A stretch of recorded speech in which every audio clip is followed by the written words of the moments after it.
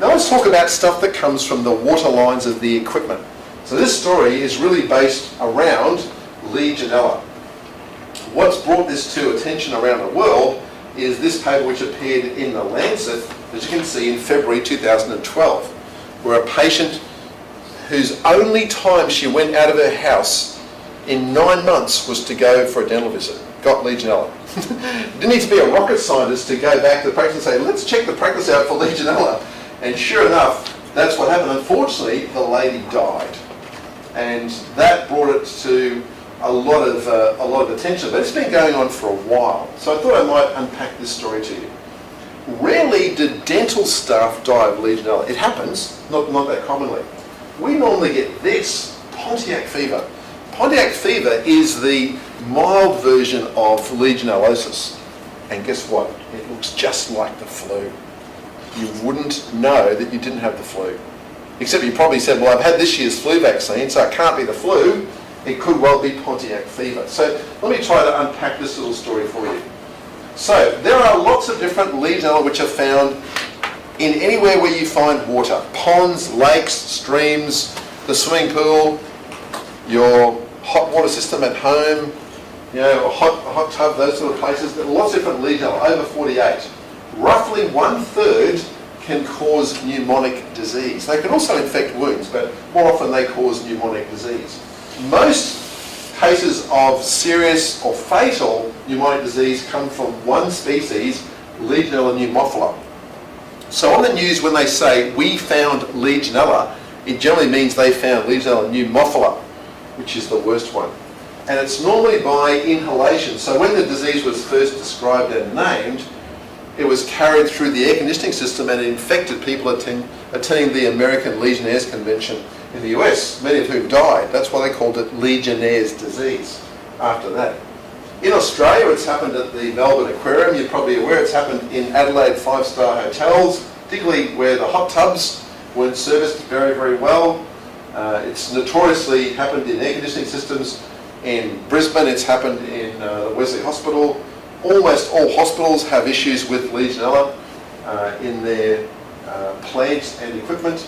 And the people who get it are mostly people who are over 50, particularly those who have got diabetes, they're on steroids, they're immunocompromised, having cancer therapy, they've got obstructive airways disease, they're a smoker. Because all those things mess up some element of host defence. So generally, Legionella happens in people who are frail, elderly, or medically compromised. We had a case in Brisbane in the CBD, won't say which practice for obvious reasons, but not ours, where I work, but not that far away. And again, it was the dear little old lady scenario once again. So Legionella is something that dental staff get exposed to. If we take the older members of the audience and we test our blood for antibodies, the older we are, often the higher the level of those antibodies, so well above the level you find in the community. Because we have been sniffing in Legionella and we've probably had Pontiac fever at least one good time, maybe even more. That's occupational.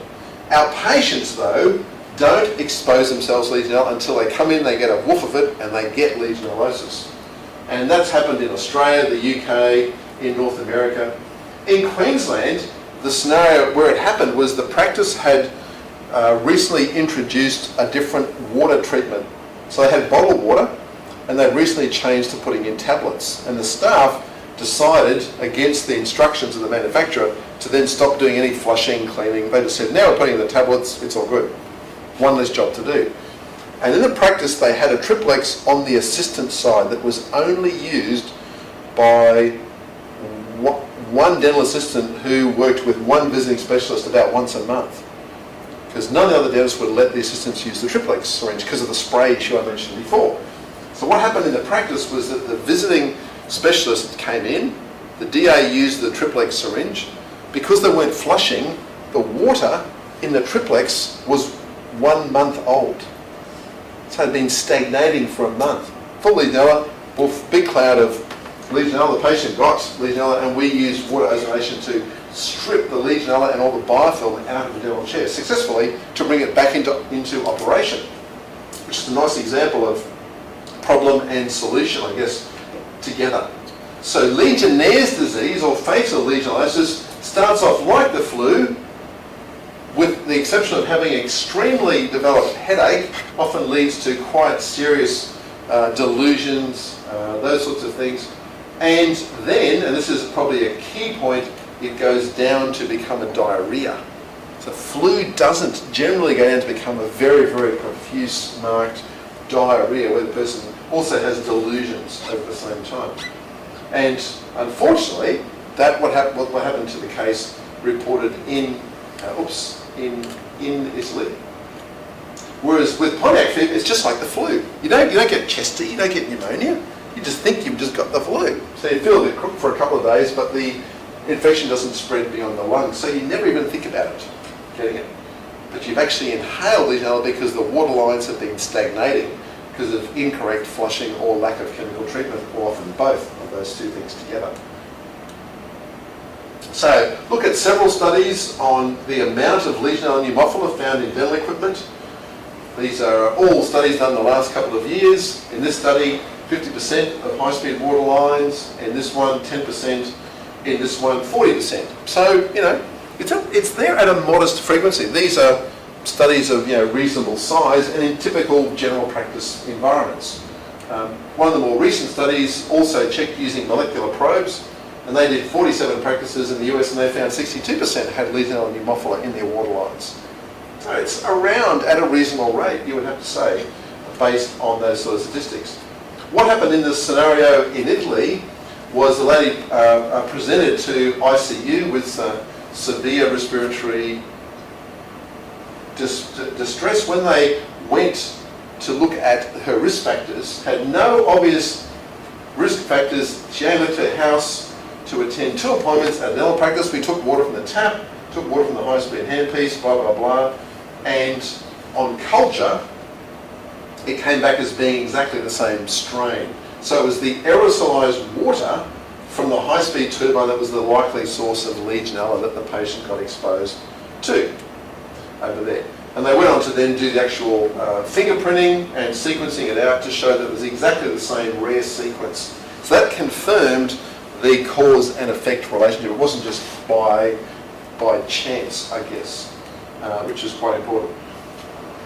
In terms of exposure of dental staff, obviously Pontiac fever doesn't make the news because you don't even know that you've got Legionella. You wouldn't recognise it. Whereas when someone dies, that obviously makes the news. So here was a case of a patient in the mid-90s who was a dentist who got the Legionella from their own practice.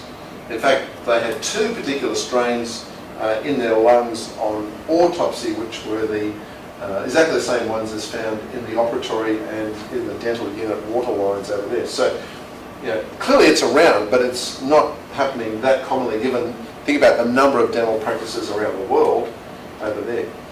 So why would water lines harbour Legionella? And what else would they harbour?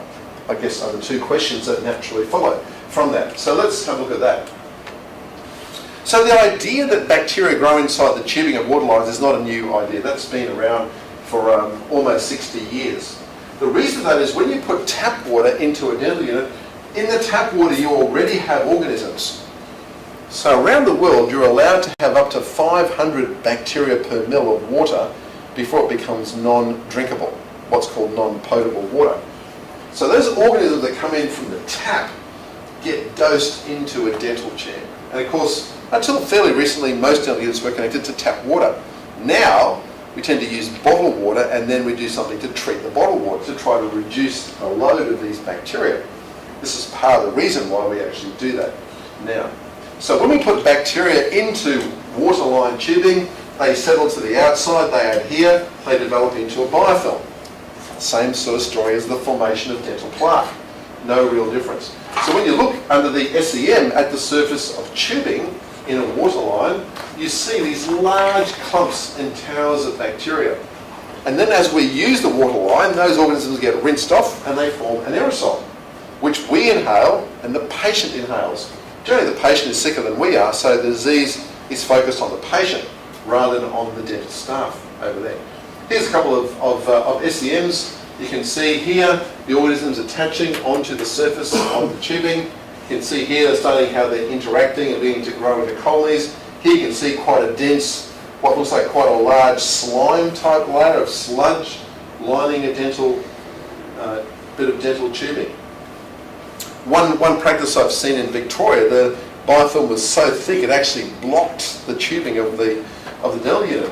You could see the tubing was brown, the clear tubing. The inside was brown from the amount of biofilm which was there. So the layers can become very, very thick indeed. Oops. Here's just some samples of tubing which have just been cut out, and you can see this layer on the inside. If you saw this in your bathroom, you'd call that mould or slime. It's biofilm. It's all the same stuff. It's just an organised layer of bacteria. Now, the things in it other than Legionella to know about, the second group are the cousins of tuberculosis, the non-tuberculous mycobacteria. Mycobacteria are tricky bugs because they have these big fatty envelopes that makes them really hard to phagocytose by immune cells, and they're very resistant to environmental stresses. And they're found in almost every type of environmental water source. So you can pull them out of the tap, you can find them in dental unit waterline, you can find them in your local lake or pond. And they typically don't cause disease in healthy people. They're a big problem in patients who have HIV or people who have organ transplants. Particularly this first one, you've probably heard of this one, Mycobacterium avium or intracellulare. They're quite famous examples of non-tuberculous mycobacteria. Some recent work has shown that about 1 in 8 people in the US has been infected and they have a lymphocyte response to NTMs. We don't know yet how much of that exposure has been from dental equipment, how much is just from having a shower or going to their local swimming pool. We don't actually know that, but it causes lesions that are somewhat similar to tuberculosis on the skin, sort of granulating lumps that can break down. Because this is a very new story, for the NTMs, not too many papers have been published on it yet. We know a lot about NTMs mostly from people who've got HIV because they've had large amounts of infection, and they're often given drugs to prevent them getting non-tuberculous mycobacterial infection from the environment. The one to really know well is this one, Pseudomonas aeruginosa, often referred to as the bar soap bacteria, because it loves living on bar soap and liquid soap, and it loves chlorhexidine, just thrives in it. Because chlorhexidine doesn't work very well against many big clusters of gram-negative organisms, of which Pseudomonas aeruginosa is one. It's a big issue in hospital-acquired infections because when they use tap water to dilute things in hospital, they introduce the Pseudomonas as a diluent. So if you take something and you dilute it down with tap water and you leave it for a long time, the Pseudomonas can overgrow. That's why if you dilute things down with tap water and you leave them in your fridge for a long time, you'll find that the amount of Pseudomonas in the water will actually go up quite a bit. And when you put infected soap solutions on wounds, then the wounds actually get worse. And that's how it's been identified in hospitals over here. It's well known as a problem in patients who are on respirators. If you're in ICU on a ventilator, then 5 days after the tube goes in, it will have Pseudomonas growing inside the ventilator tube, starting to block the opening of the tube. So it's a well-known problem in ICU, infects lots of wounds, causes a lot of pneumonia as well. And there are certainly case literature where it's been proven to infect things like third molar wounds and also minor injuries to the oral mucosa, particularly in cancer patients who are treated with infected dental unit water. So I thought I'd just show you one example of that. So there's a couple of case reports from the mid-80s in the British Dental Journal. A couple of patients who had cancer were having some amalgams placed as part of the lead up to their ongoing therapy, and they both complained of pain and swelling where the matrix band had been. And when you place in a matrix band, you get a microscopic little tiny cut in the tissue, depending on how far you push down the matrix band, and both those patients had a gingival abscess, which when it was cultured out was a pure infection of Pseudomonas, which had come from the waterline and infected the cut. So Pseudomonas has also infected third molar wounds and other sort of oral surgery sites, but just a nice example showing that even small cuts, it will also go for those as well. Normally causes a very severe pneumonia, which can often be fatal. So this can be a significant one to look out for as well. So our water quality in Australia, what comes out of our dental unit water should be legally drinkable. That would make sense. If a patient's going to drink drink from your cup, from your cup filler, what comes into your cup filler should be legally drinkable. Because as you know, occasionally patients swallow it. If you have a spittoon, what they spit into the spittoon is that water combined, of course, with their own saliva. Now in Australia, our guidelines are the water used to irrigate a tooth, so what comes out of our high speed, our ultrasonic, should be no less than potable standard. So it should have less than 500 bacteria per mil.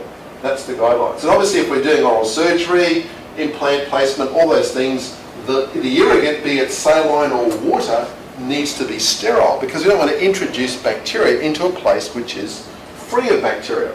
That's just common sense. And we all know that, not too surprising. So the target level, which has been the Australian recommendations for about the last 20 years, in fact, is the water should have less than 200.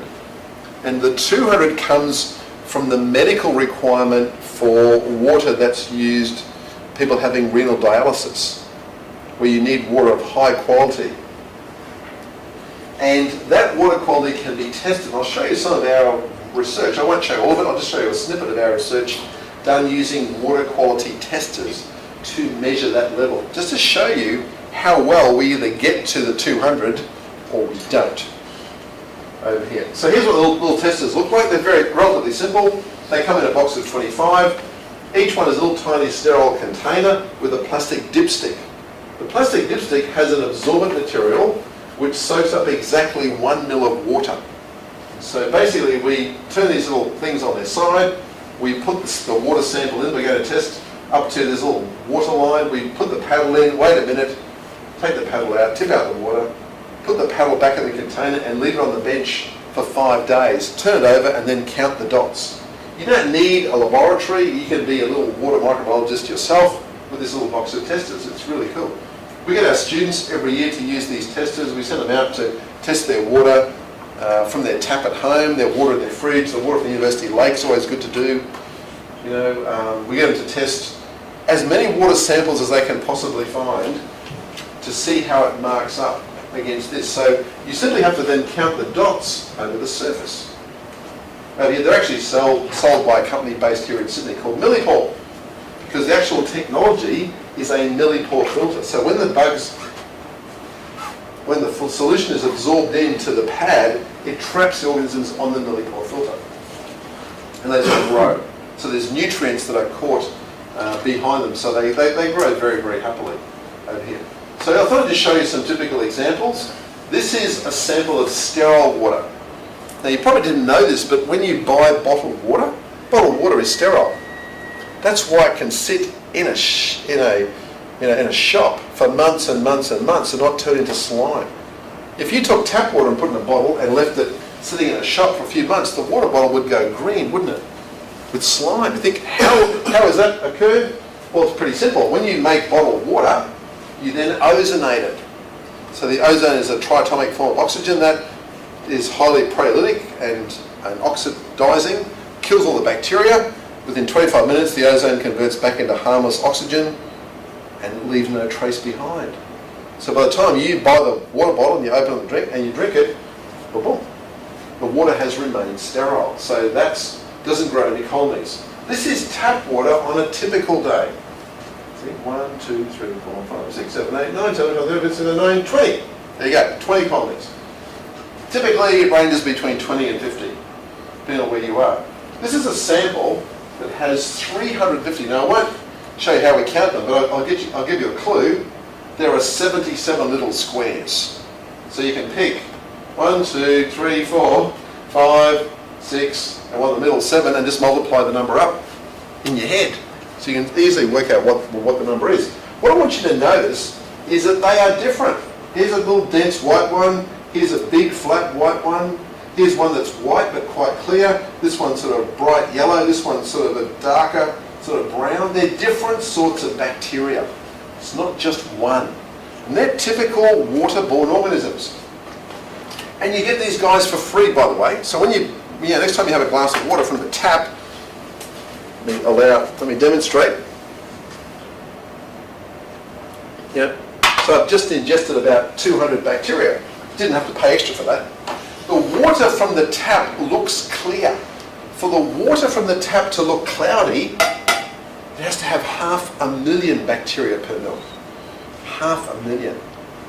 So if you're out somewhere walking around out in the bush and you find some creek and you go, oh, I'm a bit thirsty, I might have a drink of water, and you pull out a bit of water from the creek and it's a bit cloudy, you go, oh yeah, that's not too many bugs. You're about to have a drink, you're about to drink something like 50 million bacteria. So you are gambling that you have 50 million friends in there. I tell you what, I wouldn't make that gamble. You know? That's a lot of gambling to me.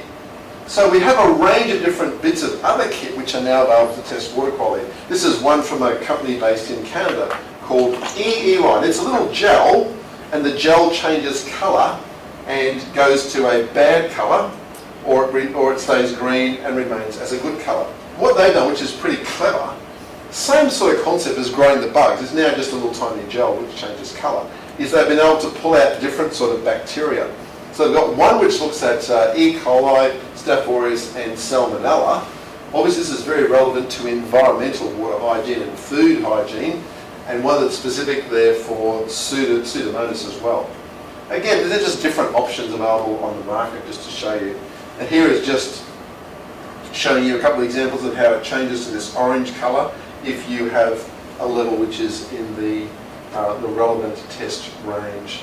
And here's their Pseudomonas in this particular little verification study over here. Anyway, suffice to say, whether you count the dots or whether you use one of these systems that basically gives you a good colour or a bad colour, you can estimate the water quality, but it takes about, this system takes a day, the other system takes 5 days to get a result. This is a yes-no, the other one is more quantitative. So they've got their different advantages.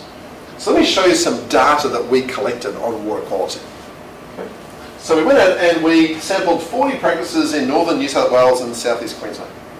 Just picking out the phone book, gave them some testing files, and we went to the practice and we picked up one sample from the tap water in the practice, one from the high-speed water line first thing in the morning on Monday morning, and then one at lunchtime on Monday. We took those back to the lab and then put them through those testers as you've now seen.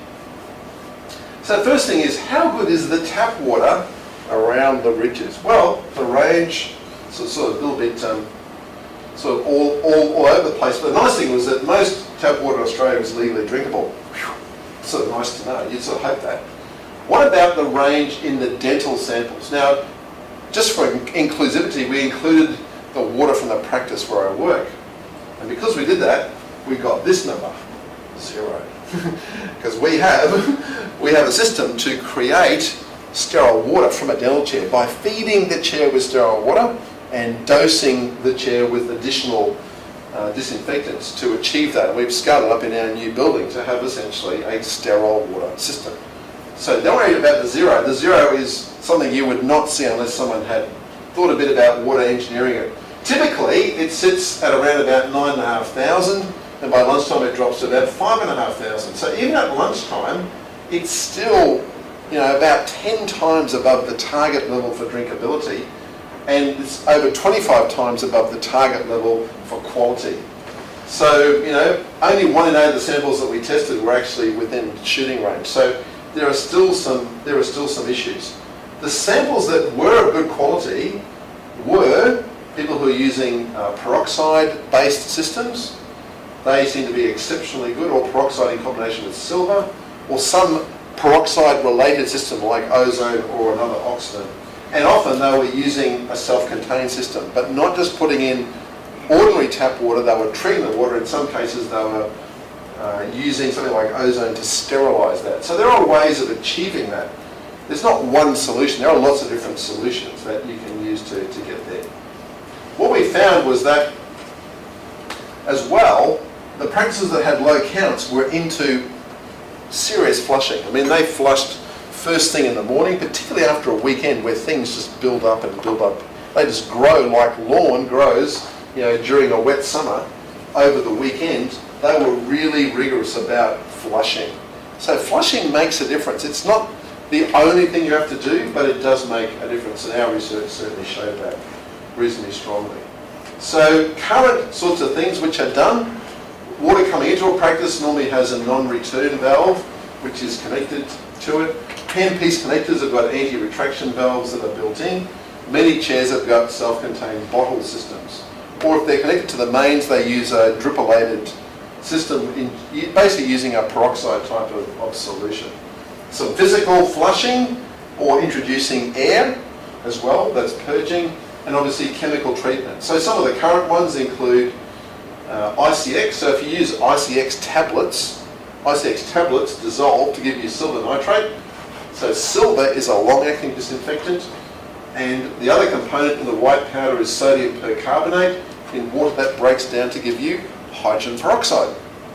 You wouldn't have known that because sodium percarbonate is the adduct of sodium carbonate and hydrogen peroxide together. It dissociates in water. Sodium hypochlorite, ozonation, or electrolytic or nanoparticle silver. They're the current sort of common technologies used in water treatment of dental units over here. So what you need to check is whether your chair is compatible with some different things. So some brands of chair, it's an ADEC 500 chair here, some brands of chair actually have control blocks that are designed to allow you to use some of these more vigorous solutions like sodium hypochlorite. If you put that through and the control blocks are not designed for that, then you will cause corrosion in your control blocks, and that will be an expensive mistake. So you need to check with that. If they say use a certain additive, remember that the additive is for a certain size bottle. So if you're using a bigger bottle, then you may need to adjust your level of additive to go with that over there. The flushing is simply to try to stir off all the loose floating hangers-on bacteria. So when you flush, you start to detach some of the loosely attached organisms. And when you flush, you will make an aerosol. So some companies, if you have a spittoon, make a little hat. So you put your lines on here, so all the aerosol is trapped in here, and it just reduces the amount of splatter. This would be a dangerous thing to do. If you pick up your water lines, just hold them over the spittoon, and then you flush them by just pushing your foot on the go button, you create a lot of splatter and a lot of aerosol. It's much better to pick up your high velocity suction line and put the water line tip straight into it, and then put your foot on the go button, because then all the aerosol is all trapped inside your HV and it doesn't come out into the surgery. Because the whole point of doing this is to not expose you or your staff or your patients to that aerosol. So why would you spray it around here? I mean, that just doesn't make any sense. So think about the way you can reduce aerosol production during flushing. In simple terms, pick up your high-speed suction, blast your triplex into it, run your other lines directly into the end of your HVE for a couple of seconds.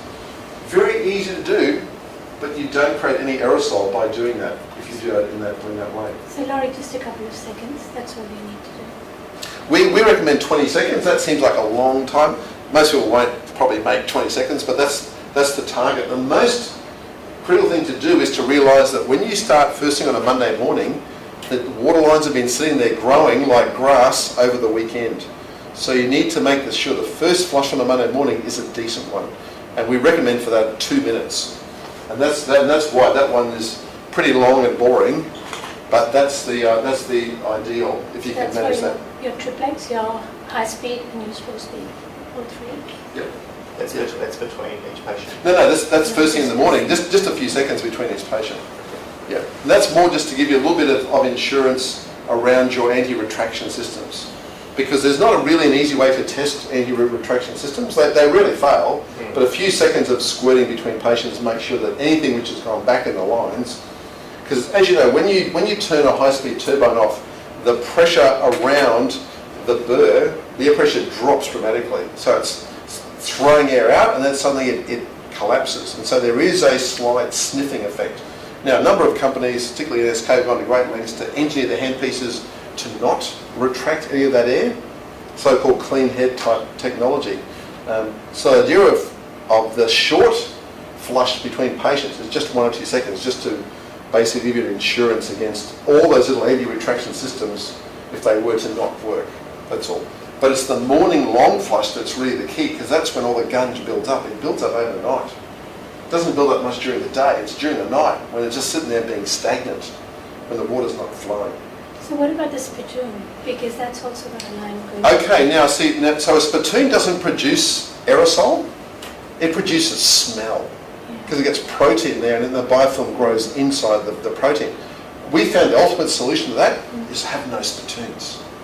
So a few of the buildings I've done, you'll notice they have no spittoons. Our big new buildings got no spittoons. That's the reason why. So when our patient needs to rinse, we say, here's a cup, one to rinse from, one to rinse into. We then put the contents of the cup down the high velocity suction. Rather than going over and tipping it in the sink, it's like, no, just go straight down the suction. So that way we don't interrupt the procedure with the patient having to get up and spit out. Also saves time too. In the case of our building, it saved us $500,000 of plumbing to not have spittoons as well. So there are some other advantages in doing it. But if you have a spittoon, you've got to put an additive down your spittoon to get rid of all the protein from saliva and blood that is a great growth medium for bacteria. And that's why an untreated spittoon gets a bit smelly, because unlike a toilet, where after the S-bend, the sewer line has got lots of protein and biofilm, the S-trap blocks the sewer gas from coming back. In a spittoon, we don't have a little S-bend. And so if the spittoon's growing a few bugs, we go, "Ugh," it's a little bit smelly. So that's why we put all the sorts of solutions that go down spittoons, specifically for that reason. They're mostly proteolytic to try to just reduce the load of organisms which are there. But yeah, no spittoons has another advantage. If you're interested in dental surgery design, you don't have a spittoon, you can also make a fully left-right-handed compatible chair with a bit of thinking. Anyway, I can talk to you about that during lunchtime if you're interested, show you how that can be achieved. What we also know from the literature that by just flushing alone and not using chemical treatment, you probably won't get to where you need to be. This is a large study done in the UK where they measured water quality in practices that just flushed but didn't use any additives and never got up to scratch. So that's just a nice example of you probably need something more than that. Some of the technology that's used, a couple of examples drawn here from Sydney. These are all Sydney practices. This is one that has an off-the-shelf water ozonator. Here the water ozonator is built under the bench and delivers water out. So the example on the top, basically you fill your bottles from this nozzle. So the water being freshly ozonated is nicely sterilised. You can pop that in. You can also flush that through your chair to reduce biofilm as well, which is what we did in the Legionella contaminated chair in that practice in Bristol. We actually used this particular one in the photograph to create the ozonated water to run through the chair. We did lots and lots of flushing to remove the biofilm with the Legionella from the actual infected chair over there. ICX tablets can be used to keep biofilm levels low as an additive. So they contain a bit of detergent, the sodium percarbonate and the silver nitrate. If you do use this, remember that silver is permanent, but the sodium percarbonate is not. So once you drop an ICX tablet into water, it's got a shelf life of 2 weeks. After that, the peroxide is gone. And if you're using one bottle of water in 2 weeks and you're not using the chair, obviously you go through a bottle every morning, or an afternoon probably, but just so you know, it doesn't last indefinitely. The silver does, but not the percarbonate part. If you use a Sirona chair, Dentocept, and the liquid Ficava are practically identical. They are stabilised, guess what? Hydrogen peroxide and silver. Gee, who would have thought? It's the liquid version of an ICX tablet. There's only so many ways of doing it. They're all just variations on the one theme. Silver and peroxide is actually a pretty good common system. This one, E20, which is a newer product on the market, is once again stabilised peroxide. So sort of seen one, you've sort of seen them all in a roundabout way. So this one is the MSDS, is the weak peroxide. This one doesn't have the silver in it. Now the nice thing about these liquids is the peroxide-based liquids work really well. If you look at the water samples taken before and after using these things as an additive, the levels reduce. It doesn't necessarily create you sterile water. If you want that, you need to start the chair from brand new and feed the chair for its whole life with sterile water. And that requires a bit of thought around engineering the water system to do it. Or you need to run a high-level disinfectant like ozonated water for like a week to reduce the counts to zero. And there are several studies that show that's also possible too. So there are ways of solving solutions around it. Here's a nice study from the US looking at using peroxide-based disinfectant. This is just looking at the surface of tubing, some biofilm before, and some of the XXX line after using periodic disinfection with that peroxide additive over here. And here you're seeing the actual, keeping the counts nice and low over that particular time. If you had a daily, it's basically a daily type treatment as well. And this is just showing you some nice clean surface of some tubing that is having daily peroxide, and this is just a control one. This is 10 weeks after installing it. You can see how the biofilms developed over the surface of the tubing. So they're quite contrasting scenarios. You can see. So in summary, there's some issues around the drinkability, but the main issue is around the inhalation. We don't know too much about NTMs. We know enough about Pseudomonas to know that they're bad and wound infectors, and we know enough about Legionella to know that they can make us and our patients quite sick and potentially even fatally so. So that's why there's been a re-emergence of the story around inhalation events in the last decade in particular.